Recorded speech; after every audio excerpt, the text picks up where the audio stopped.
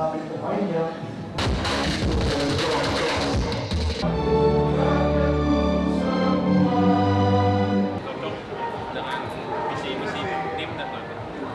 sempat terhambat 2 tahun kan ya, nggak masuk Satria Muda, dan akhirnya sekarang ada program dari IBL yaitu pemain rekomendasi, dan akhirnya saya bisa main buat Satria Muda. Nggak bisa berubah pikiran. Kan dok, baru juga berapa musim dok. Tapi Larut ya? Enggak. Apa? Oke, interview Aldo 1, 3, 2, 1, action.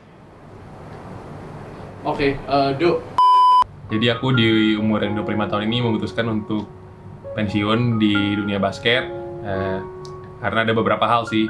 Mungkin yang paling kalian tahu semua orang-orang Satria Muda tuh kalau aku ada cedera. Jadi mungkin aku jelasin, 2017 tuh aku sempat cedera waktu masih kuliah di UPH, jatuh, terus spesial kanan aku putus, terus rehab selama setengah tahun kurang lebih. Dan kemudian bisa kembali lagi main. Focus on this game, give it a roll, let's go. Terus kemarin sebelum playoff, kaki kiri aku juga kena PCL-nya, putus juga. Jadi kemarin tuh sebenarnya main pas playoff, main tanpa PCL.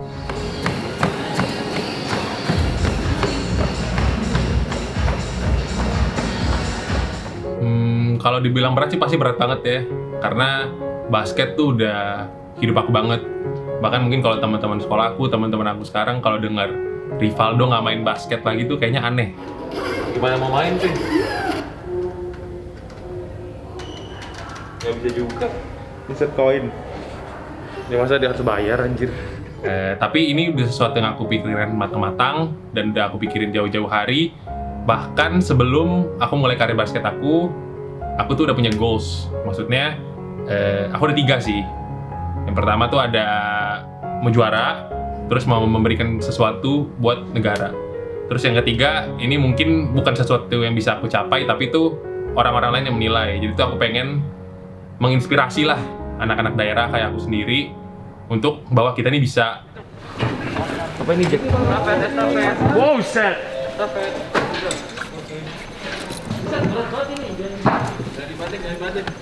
Jangan batik. Obatnya begini banget. Kenapa aku main basket? Yang pertama tuh sebenarnya karena aku dulu bisa dibilang anak kecil yang lumayan gemuk. Jadi orang tua aku tuh kan suka anaknya bukan hal yang positif lah. Dulu dibawa ke bulu tangkis, bahkan sempat ke dance, tapi itu nggak ada yang nyangkut di aku. Terus sempat main basket juga sebenarnya nggak begitu suka.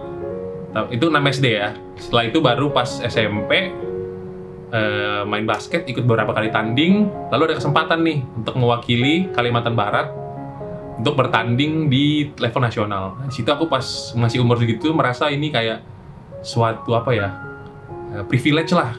Lu bisa mewakili daerah lu untuk mendapatkan prestasi gitu. Nah di situ aku mulai tekunin sih bola basket dan jujur ketagihan.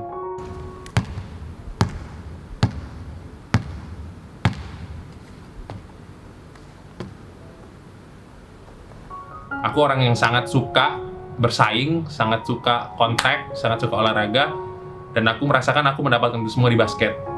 Nah, singkat cerita, masuk SMA, dapat beasiswa di SMA Santo Petrus Pontianak. Waktu itu almarhum Pak Bun, pelatihnya. Di situ aku juga belajar banyak sih. Belajar main basket, belajar bersosialisasi, banyak. Dan sempat terpilih ke DBL All Star 2 kali. Satu kursi diambil. Buat apa oksigen? Gimana cara di? Jadi,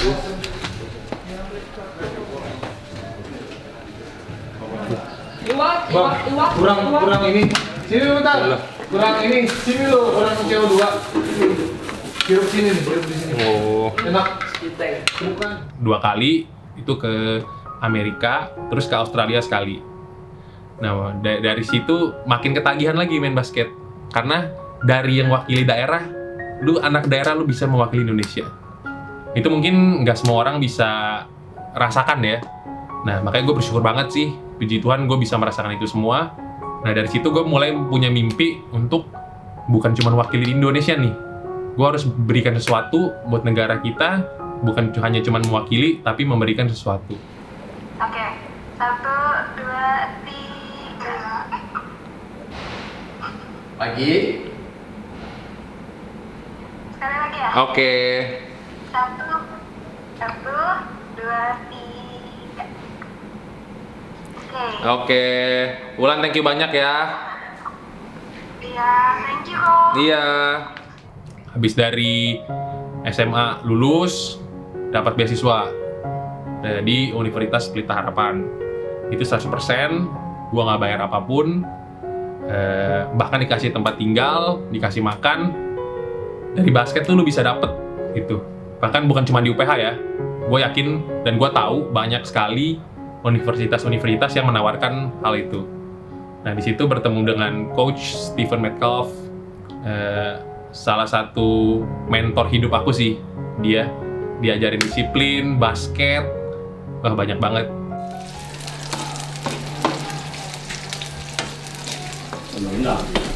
Sup men, makanan di atas kurang cocok, jadi kita masak nasi goreng buat videografer kita juga, Adis Manafi.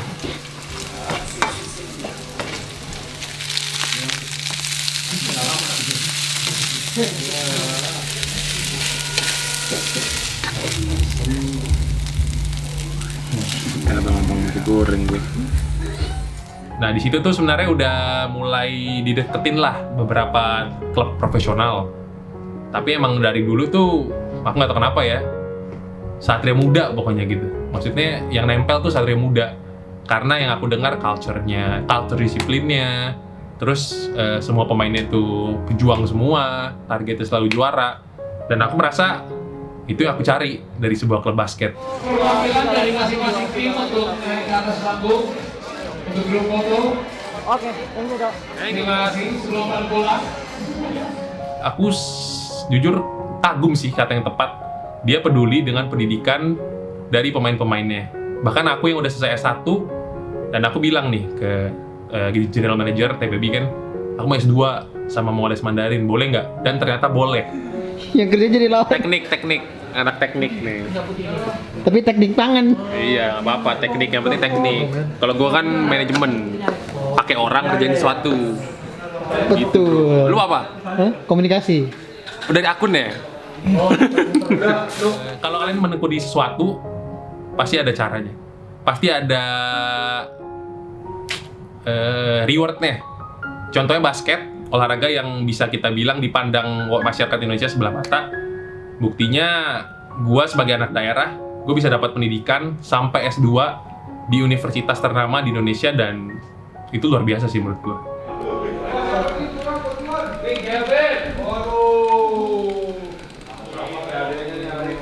What's up, bro? Morning. Morning. Cari kesibukan sendiri di bubble biar nggak bosan-bosan banget. Am I right? Sebenarnya dari SMA pas udah main 3x3 under 18 tuh kan head coachnya Coach Yobel. Nah, di situ gue mulai kenal Coach Yobel, gue cocok banget sama Coach Yobel. Nah, di situ udah mulai ngajak, terus gue mulai cari-cari info lah, klub profesional tuh seperti apa. Dan yang semua gue denger ya, kalau yang gue tangkep tuh Satria Muda ya terbaik. Dan jangan salah, emang kalau menurut gue sampai sekarang emang yang terbaik. Nah, terus mulai ketemu TPB, jujur ada ketemu beberapa klub juga yang nawarin. Cuman sebenarnya tuh untuk aku jadiin pertimbangan doang. Pilihan pertama aku tetap Satria Muda. Terus langsung malam-malam tiap hari ngapain sih lu? Jam 1 boleh tuh siapa? Jam 1 mana? Jam 12 boleh. Jam 1 sampai 12 gimana tuh? Jam 1 apa jam 12? YouTuber. Apalagi yang bikin aku yakin waktu ketemu Mas Erick Thohir, waktu itu di hotel di Jakarta Pusat, Hyatt kalau nggak salah. Nah, di situ ketemu dia. Untuk seorang anak 18 tahun ya, bertemu seorang Erick Thohir tuh goosebumps sih. Maksudnya gila, dari basket gue bisa ketemu seorang Erick Thohir gitu. Nah, di situ dia menjelaskan visi misi Satria Muda, maunya aku bermain seperti apa. Nah, di situ aku udah yakin sih bakal Satria Muda.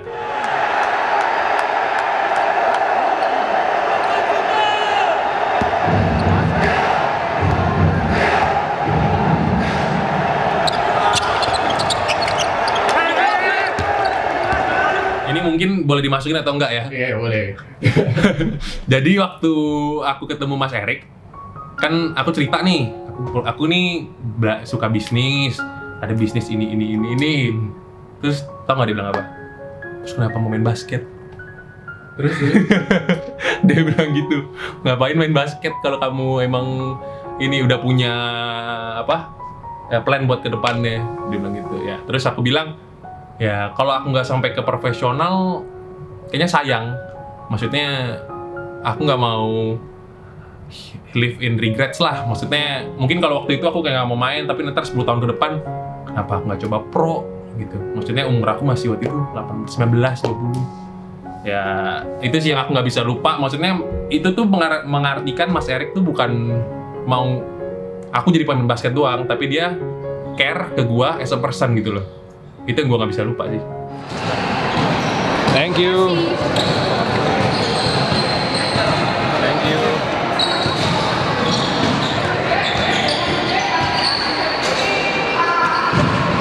Thank you.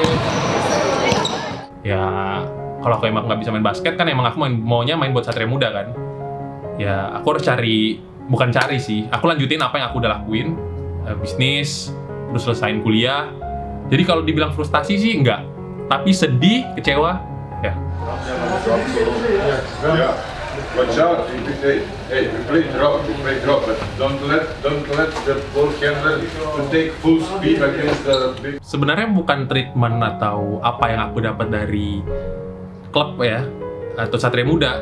Yang alasan aku memilih Satria Muda tuh karena excellence dan value yang mereka pegang udah berapa tahun. Itu yang gua rasa nggak bisa dibeli sih. Maksudnya aku yakin kalau aku masuk Satria Muda, aku akan belajar jadi pemimpin, jadi orang yang baik, bukan cuma di lapangan tapi di luar lapangan. Dan aku rasa kamu nggak bisa dapetin itu semua di klub lain. Mungkin ada, tapi yang aku tahu dan yang terbaik ya Satria Muda. dan itu terbukti sekarang. Terbukti. Ke belakang. 2, 3, Nggak bisa gerak tuh ya.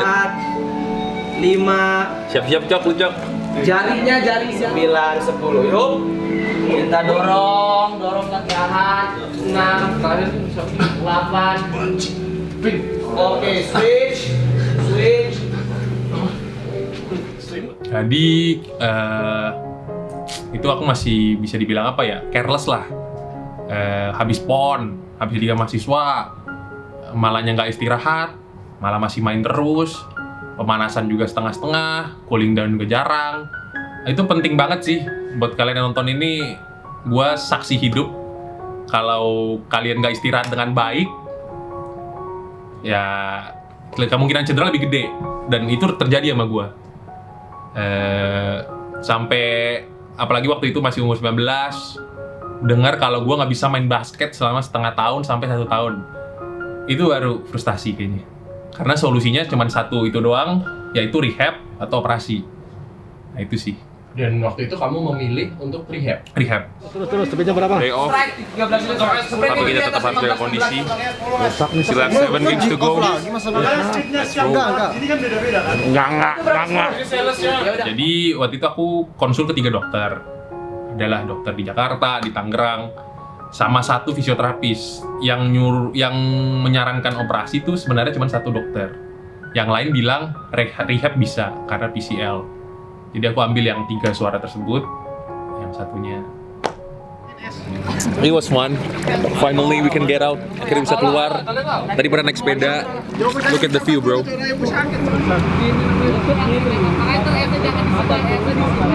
Amazing, man. Kalau aku sih mungkin normal ya, karena udah berapa tahun dan kepercayaan diri udah kembali. Tapi waktu masih awal-awal selesai rehab tuh, itu pasti ada dalam hati kayak, wah PCL gue 1 doang nih. Cuman makin seiring berjalannya waktu, udah seperti normal sih.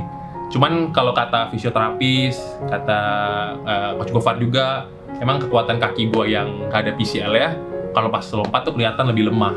Makanya sering penguatan.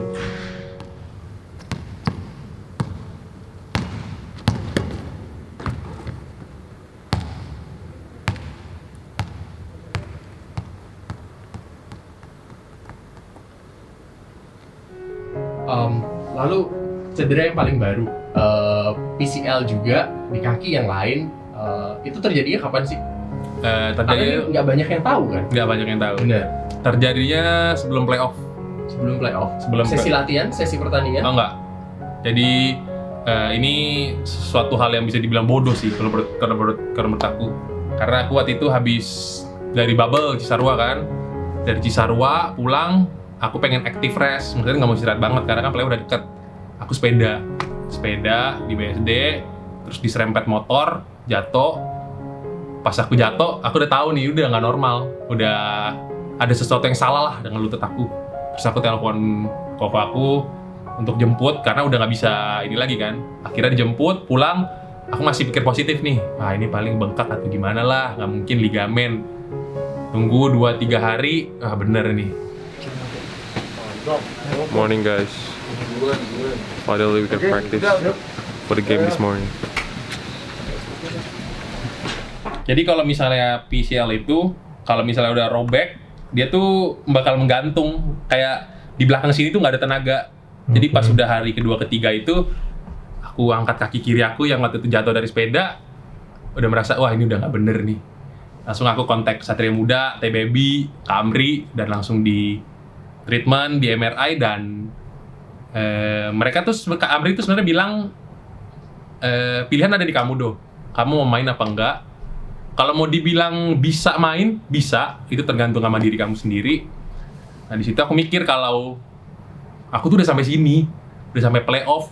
Bayangin udah setahun off nggak ada tanding. Terus kalinya mau playoff udah susah di Cisarua bubble, malah cuma duduk di sideline ngeliatin temen. Aku nggak mau sih. Makanya aku ambil keputusan buat main, dan menurut aku itu keputusan yang tepat banget.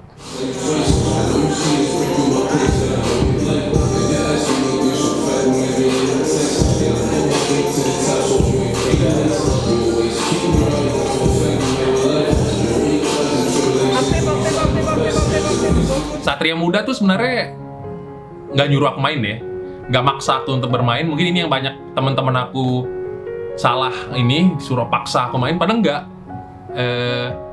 Aku yang milih sendiri kalau aku mau main di playoff. Bahkan Coach Milos juga sampai bilang, kamu yakin kamu main? Kamu lihat dia tuh udah banyak banget operasi di lutut, mau kayak gini katanya. Cuma aku bilang aku tetap mau main. Udah. Sukanya senang-senang, gak mau susah-susah. Kalau resiko tuh pasti ada ya. Kan kalau misalnya ibaratnya kalau di lutut kamu ligamen udah nggak ada, kan kompensasi ke yang lain, mungkin sendi atau apa. Cuman dokternya bilang ini udah putus, jadi sebenarnya nggak ada yang lebih parah dari putus. Cuman ya kamu bisa nggak tahan sakit dan nanemin di otak kamu kalau ini apa, nggak apa-apa. Karena jujur awal-awal aku latihan, yang habis setelah putus sebelum tanding tuh emang kepikiran terus, kayak aduh ini nggak apa-apa nggak. Tapi setelah udah playoff, apalagi final ya, itu jujur suka lupa kalau kakinya begini. Mungkin tapi keinget kalau misalnya lagi sprint balik kan 100% itu sakit banget. Nah itu baru nyik, baru.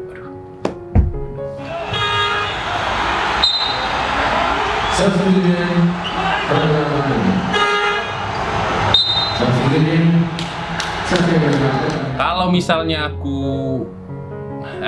ini cuman misalkan ya, kalau misalnya kemarin gak juara, kemungkinan aku masih main karena goals aku belum tercapai. Aku nggak mikir sih, maksudnya ya udahlah udah mau kelar gitu, nggak. Aku justru malah aku emang mikirin karir aku pengen berhenti kapan, tapi jujur aku nggak menyangka bakal secepat ini. Tapi karena yang aku bilang goals aku sudah tercapai, cedera, dan yang aku bilang punya bisnis, nggak mau setengah-setengah, aku mau fokusin di situ. Jadi ya ambil keputusan pensiun.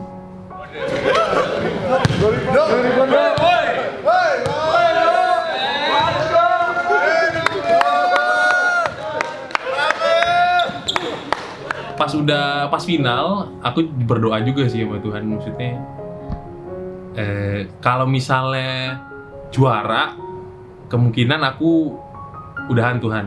Tapi kalau nggak juara, kemungkinan aku udahan. Lanjut. Dan ternyata juara. Dan bahkan sebelum tanding, waktu di Cisarua, aku juga sebenarnya udah berdoa kalau kan kontrak habis. Tuhan tuh maunya aku gimana? Mau aku lanjut apa enggak? Kalau misalnya enggak, kasih aku sign dong. Dan ternyata diserempet orang, aku nggak bilang itu yang Tuhan yang bikin ya. Ya, tapi menurut aku itu semacam pertanda sih, jujur aja. main balance, man. Ini balance, Su.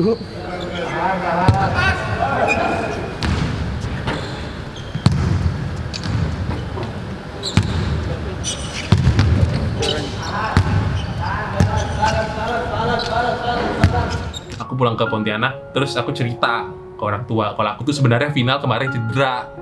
Di situ mereka jujur agak marah ya, karena mereka bilangnya kalau misalnya lebih parah lagi gimana, SM mau tanggung jawab nggak? Tapi aku jelasin kalau itu tuh keputusan aku, bukan keputusannya SM. Bahkan SM kalau misalnya aku pun nggak mau main, mereka fine aja. Nggak ada paksaan. Nggak ada paksaan sama sekali. Bahkan dari teman-teman coaching staff juga nggak ada paksaan. Mereka lebih mementingkan kesehatan badan aku lah. Nah di situ justru bikin aku malah lebih pengen main. Gue pengen juara sama orang-orang ini. Unsportsmanlike foul number 12, Reggie Williams.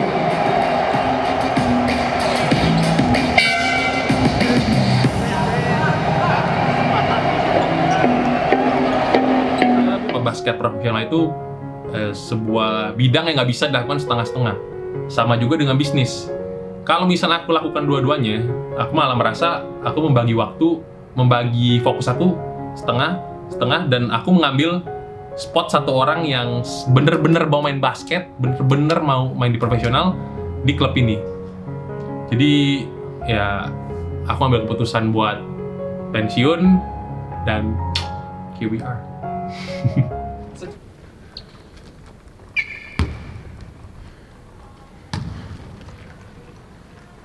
Mas. Apa?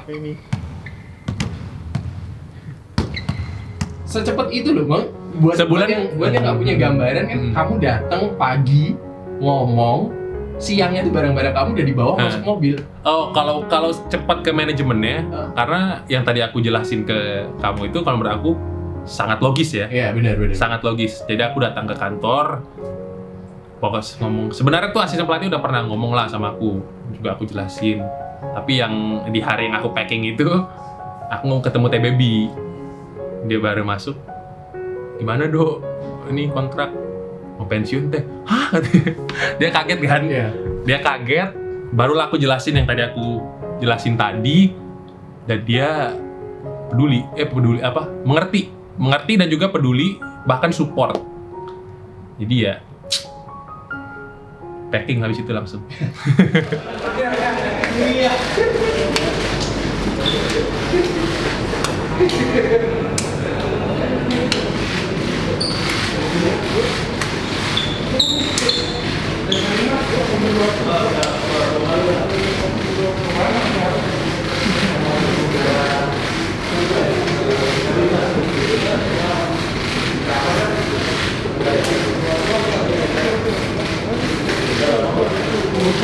Mungkin menarik untuk dengar perspektif dari manajemen kali ya di sini.